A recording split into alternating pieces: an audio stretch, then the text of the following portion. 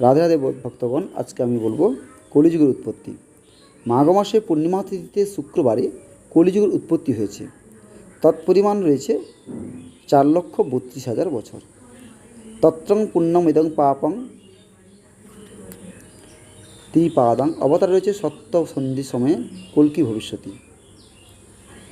নারায়ণ বিংশতি অধিক বর্ষ পরমায়ু, অর্থাৎ 120 বছর পরমায়ু। তার মধ্যে আমাদের 100 বছর এখন ধরা হয় না। দিন গেল মিথ্যা কালে, রাত্রি গেল নিদে, না ভোজনে রাধাকৃষ্ণের চরণারবিন্দে। অর্থাৎ রাত্রিবেলা ঘুমিয়ে ঘুমিয়ে আমরা অর্ধেক বয়স কাটিয়ে দিই, আর অর্ধেক বয়স অর্থাৎ 50 থেকে 60 বছর বয়স আমাদের পরমায়ু বলতেই পারেন। সার্ধ ত্রিহস্ত পরিমাণ, সার্ধ মানে 3 হাত এবং তার 1 হাতের অর্ধেক, অর্থাৎ সার্ধ ত্রিহস্ত মানে 3.5 হাত মানব দেহের আয়ু হয়। অন্নগত প্রাণ হয়। গঙ্গা তীর্থাং ব্যবহারাং পাত্রলিয়াং। গঙ্গা তীর্থই আমাদের ব্যবহারের যোগ্য,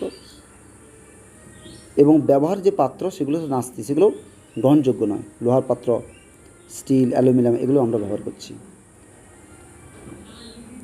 এইভাবে হচ্ছে কলিযুগের আমাদের ব্যবস্থা রয়েছে।